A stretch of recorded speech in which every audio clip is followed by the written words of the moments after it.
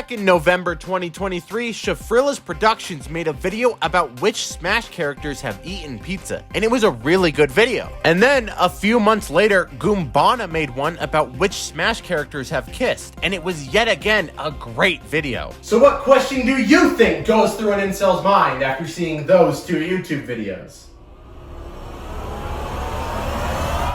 That's right, straight doinkin'. Pure kadonkin'. Nothing in my brain except pure unadulterated Jerusalem. Which Smash characters have smashed?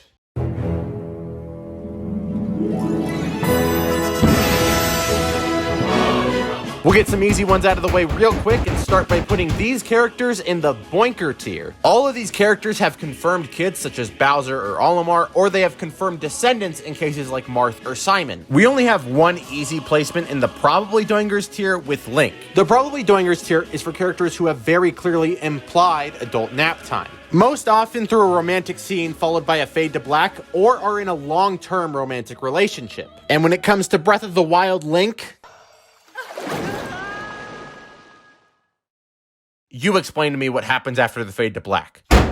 We will also be placing all of the Pokemon in the They Could Be Kadonkers tier, since all Pokemon can technically canoodle by placing them in a daycare with a Pokemon of the same egg group. And it isn't really worth explaining what an egg group is right now, just know that Gardevoir and Muck can technically have a kid together. Huh.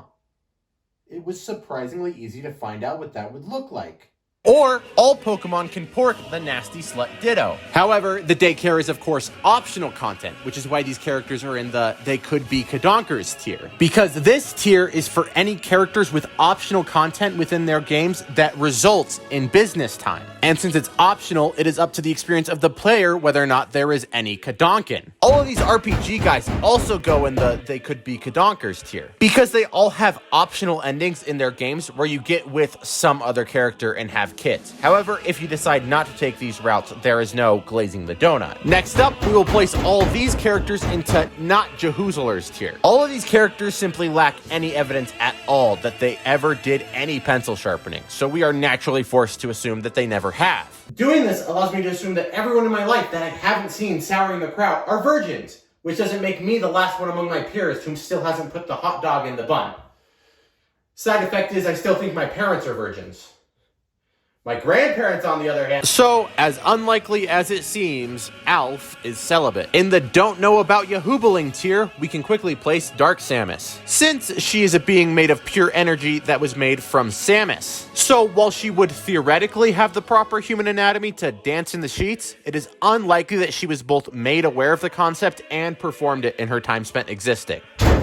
And in our final tier, the Erectile Dysfunction tier, we can quickly place our two forgotten Pokemon, Pichu and Mewtwo, seen as they are both incapable of whittling the love branch. Since Pichu is considered a baby Pokemon, which is a group of small Pokemon incapable of creating an egg, and Mewtwo is a legendary Pokemon, all of which are also incapable of producing an egg no matter how many Dittos you throw at them. And finally, in the Erectile Dysfunction tier, we have Rob and Mega Man. As badly as I wish technology was there, it just isn't yet. And that's it for the easy placements, which just leaves us with... That's a lot of love.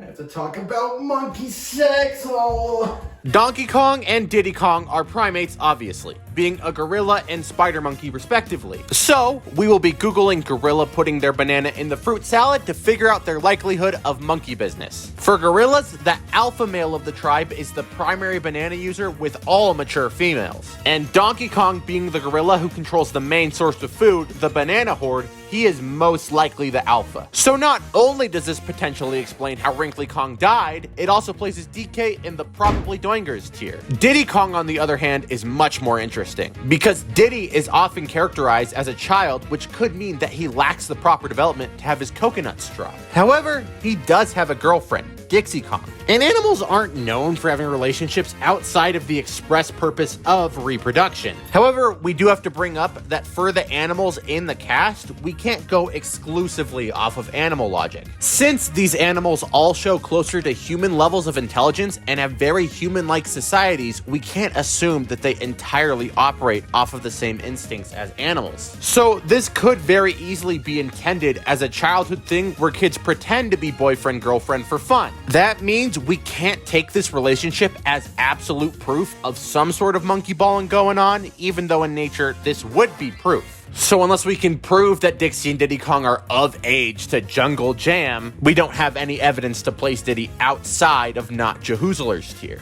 However, ladies and gentlemen, I present to you sexualized teenage monkey. Tiny Kong is Dixie Kong's younger sister. She first appeared in the game Donkey Kong 64, clearly being a very young child. However, this would not be Tiny Kong's last appearance, and while she wouldn't appear for a while, she would return in a few spin-offs during the Wii era.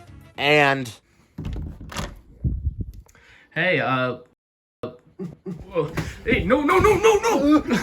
She clearly matured, and I will remind you that if she matured as Dixie Kong's younger sister, that would make Dixie Kong also a post-pubescent monkey, making Diddy likely the same as well, and being a post-pubescent monkey with a girlfriend, he will go in probably Doinger's tier. And finally, our last Donkey Kong character, King K. Rool, who is a Kremling, which are based off of crocodiles. Crocodile mating rituals are done by first a male rubbing his snout against a female to convince her to take the lower snout. However, yeah, he's not getting any crocodile cloaca with that thing. Sorry, K-Rool, but if there's an average, some of us have to be below it. After all that animal stuff, we'll talk about human butter churning for a moment. We will be returning to weird animal stuff, though. We Fit Trainer is clearly committed to living the healthiest lifestyle possible. And if you don't know, the ideal healthy lifestyle involves a decent amount of stuff in the muffin. So since we have no direct proof, she will be placed in probably Doingers. Sora doesn't know about it.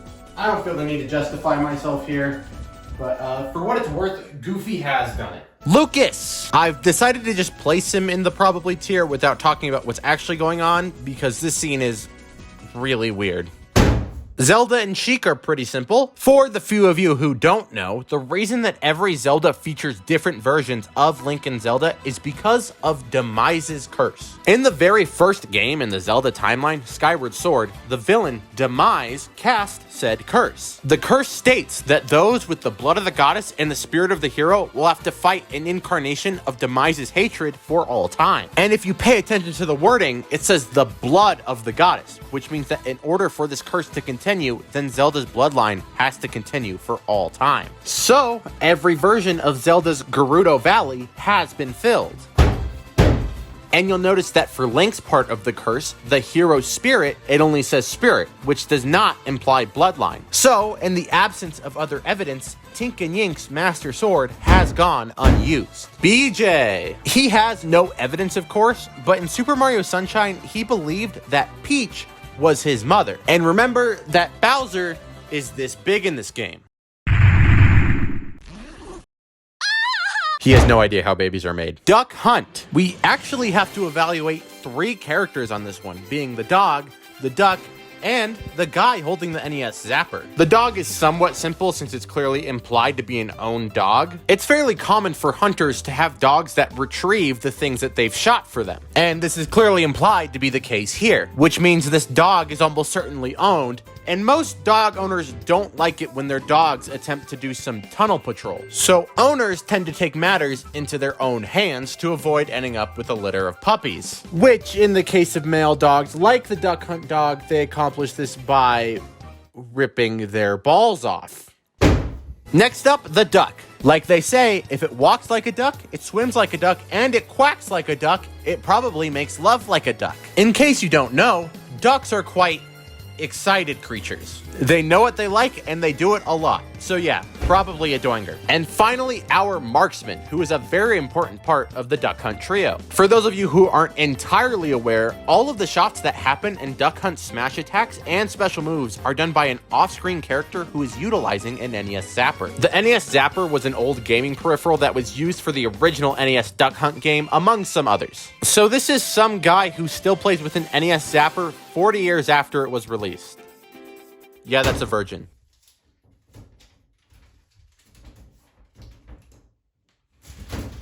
Ryu. He actually does not care for the bedroom battle. He only cares for actual battling. He has no desire for any relationship and only cares for his training and increasing his strength. So it's a pretty easy placement. Wario. Yeah, they probably tried.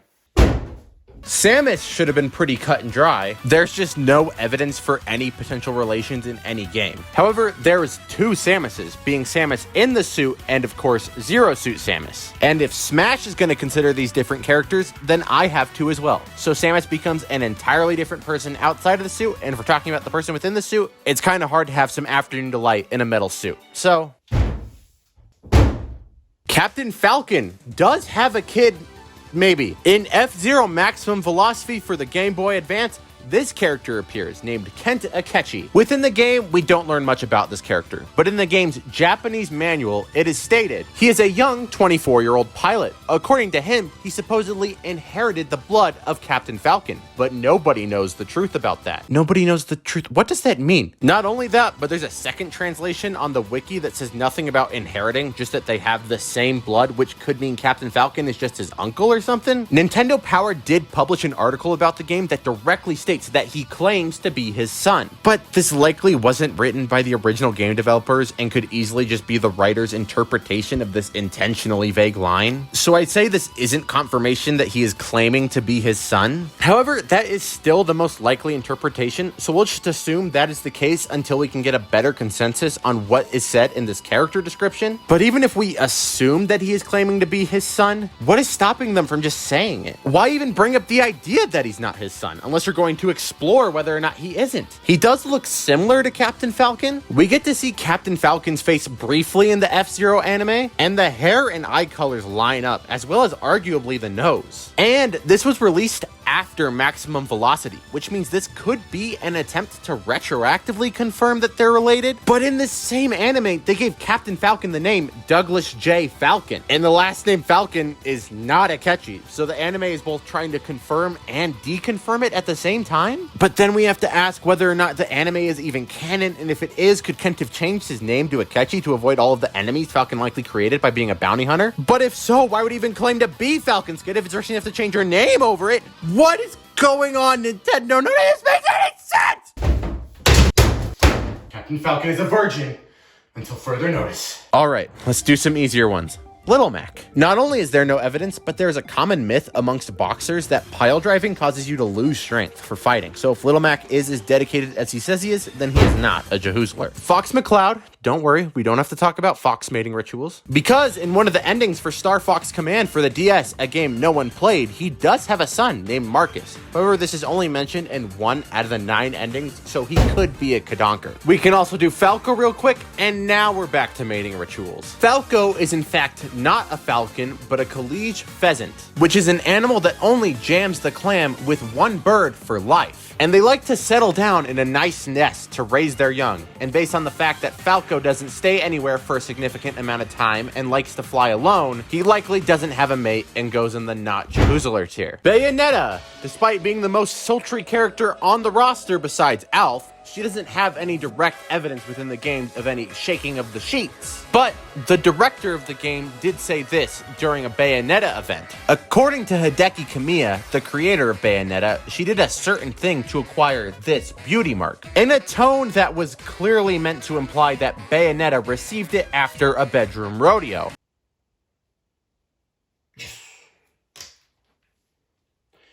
You guys won't believe what just happened.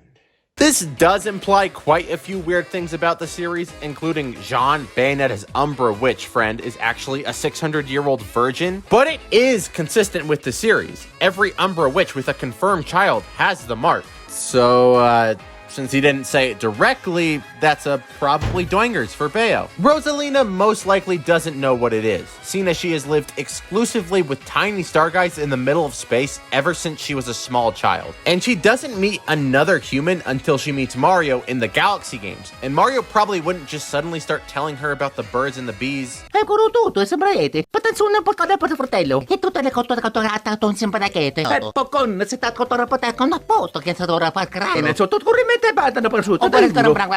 So she has no idea what the Tube Snake Boogie is. Luma also counts as a character, and Lumas apparently just come into existence. They just spawn, so they don't actually reproduce, so that means they all have erectile dysfunction. Isabelle. I thought I was gonna have to look into like wild dog mating when I first started researching Isabelle, but it turns out that Isabelle and Doomslayer are confirmed to be married, all because of a meme back in 2020, and that's enough for me to avoid researching dogs dogging. Inkling. The moment I started looking into Inkling, I noticed something weird. There are no known parents anywhere in Splatoon. Absolutely no one has parents at all, so I initially thought maybe Inklings reproduce in a different way. But Splatoon lore is that after Earth flooded, squids evolved to become the dominant race in the form of Inklings. Which means at the end of the day, these are still squids and should still reproduce by digging up the sand crab. So we'll just have to research how squids torpedo their eel. Fascinating. Okay, after a short detour, I've discovered that in order for squids to make babies, they do the deed, after a bit they lay the eggs, and then all the adults die. And everything about the Splatoon world now suddenly makes sense. And since Inkling is alive, that's an easy not Jahoozlers tier. Snake! Snake actually just can't do it. Snake isn't a normal guy, and I don't want to get into spoilers, but he was genetically engineered, and among other things, he was engineered to be incapable of tipping the velvet. So, Kid Icarus. All of these characters don't really have any sufficient proof of any hiding the bishop. However, this entire universe is based on Greek mythology. I don't know if you've read Greek mythology before, but literally every character in Greek mythology is getting down with every other character in Greek mythology. Cloud and Sephiroth. Cloud himself does have some interesting evidence. During a scene towards the end of Final Fantasy VII, there is a cutscene where it is heavily implied that Cloud and Tifa Lockhart, his love interest throughout the game, did my Final Fantasy together. It should have been me. However, this is only implied, and I think there's more to this puzzle. In Final Fantasy VII, a lot of the story revolves around this substance called Mako. Mako is a green liquid that comes from deep within the planet that is used by the Shinra Corporation to power the majority of the world's technology. But most importantly, it seems to be on some level a nuclear radioactive substance. Not only is it used as a source of power, but you become sick after too much exposure to the substance. It can cause mutations in cases of extreme exposure, and the biggest connection, it glows neon green, which is the color most often used to indicate radioactivity in media. Some details are different from regular radioactive substances, including Mako poisoning causing you to see the memories of all souls that have ever lived, but I'd still say Mako is clearly intended to be Final Fantasy VII's version of nuclear substances. Something to note about radiation is significant exposure to it can kill your nerves in areas that are directly exposed to it, including the nerves of the dingling. And those nerves being destroyed prevents you from obtaining an extra bone.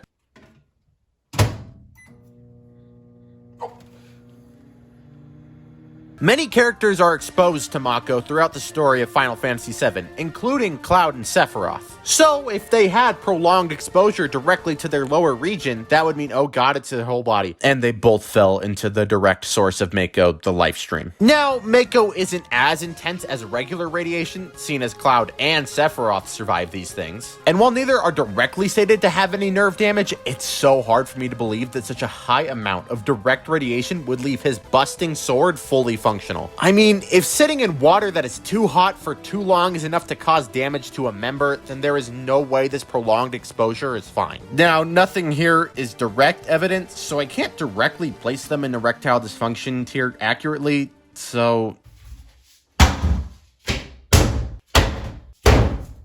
Daisy is surprisingly easy. I didn't know this, but according to the Great Gatsby Cliff Notes, Pammy is Daisy and Tom's son. So that's pretty easy. Piranha plant. Okay, this is a plant. Does pollination count? I don't know.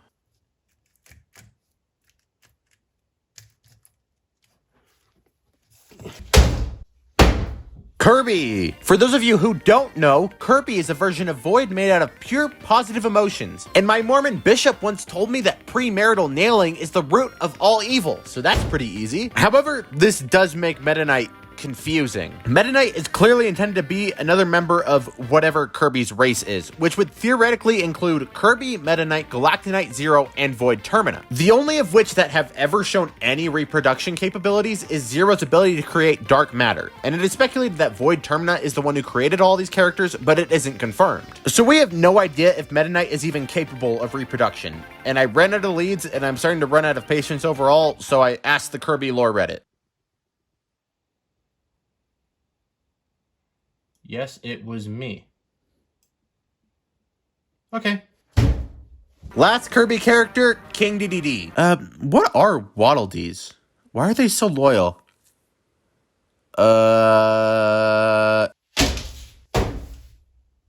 Yoshi doesn't make sense. The titular Yoshi that appears in all the spin-offs, including Smash, is a male, but is also capable of having babies. And that's because, according to the Japanese version of Super Smash Bros. Melee, Yoshis do not have gender, even though they do, because Yoshis reproduce asexually.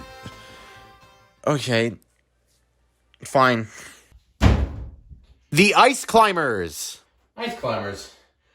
No, I never could tell if these guys were siblings or dating. America's 263rd favorite game show. You are a lucky new contestant. Now tell me, dating or siblings? They look kind of similar. Siblings? They were dating. Now tell me, siblings or dating? A little bit similar. Dating. Siblings. You're dumb. Now tell me, siblings or dating? Those are basically the same person. Siblings. Wow, isn't it so weird that they look so alike? Despite dating? Siblings or dating? Those are actually identical twins. Siblings. Dating. They look so alike, don't they? What? Siblings or dating? This game doesn't make any sense. Why are we as humans so fascinated by the fact that people who date look similar? When theoretically, if we're going for the diversity of the gene pool, we should be dating people who look very different from us, but yet people seem to date people so similar to themselves, which calls into question the entirety of the evolution theory and everything around it, and all of science. And it just begs the question, was Freud right? Should I do my mom?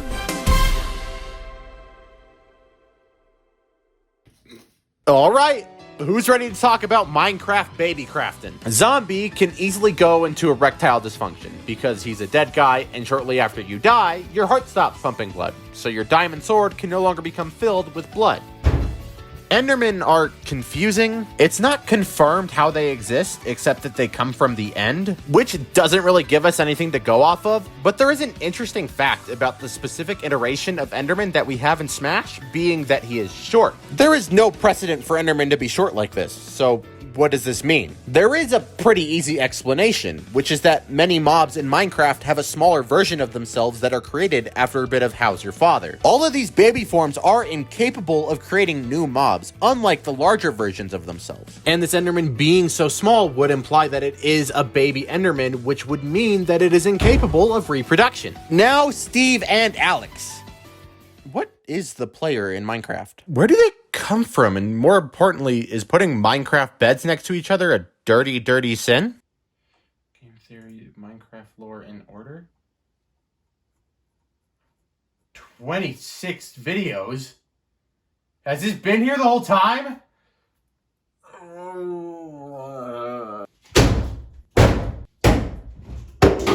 Dr. Mario, who is in fact a different character from Mario, as confirmed by the Japanese manga Super Mario Kun, who within the same manga just has a kid with Nurse Peach. Peach doesn't have direct evidence despite BJ's direct accusations of being the one to birth him, but that's later said to not be true. However, the person who says it's not true isn't Peach, but actually BJ and Bowser during their conversation. In fact, when Peach is faced with the accusation of being his mother, she just says, Mama Peach, I'm your mama? At no point does she say, that's not true, that's impossible, or some variant of, at no point have I ejected a turtle from my hole. She never directly denies it, and I think her tone implies that she thinks it's plausible, so while it's confirmed to not be BJ because of Bowser and BJ's final conversation, these actions may imply that there might be a Koopa out there with a claim to the Mushroom Kingdom throne. Sonic the Hedgehog.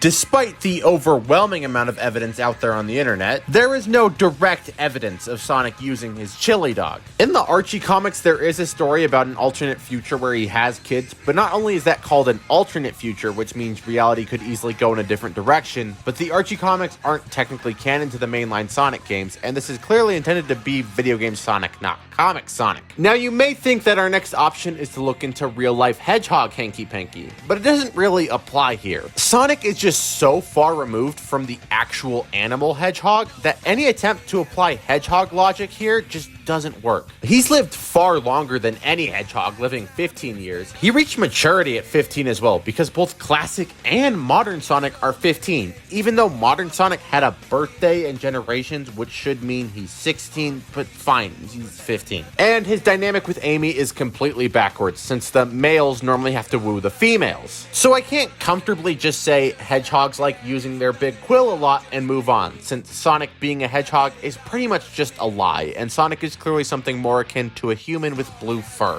Which means Sonic porn is safe for us anti-furries. So, we'll have to examine Sonic's relationships like a human. And there is only one woman Sonic has eyes for, and that's, of course, Princess Elise Soliana III. This is probably the worst idea I've ever had. That's right, Elise is the only person Sonic has ever shown romantic interest in.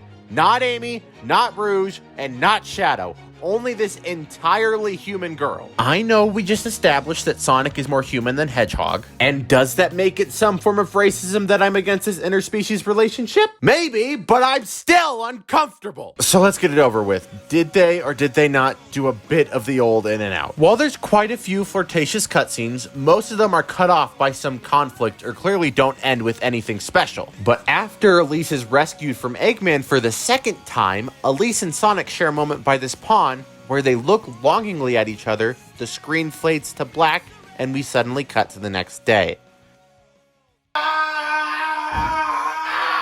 Mr. Game & Watch. Mr. Game & Watch is the main character of every traditional Game & Watch system, which means that if any of these games have sufficient evidence for taking the skin boat to Tuna Town, then Game & Watch will get himself certified. And after watching through every single Game & Watch game, I thought he'd be an easy no. And then the Rat King.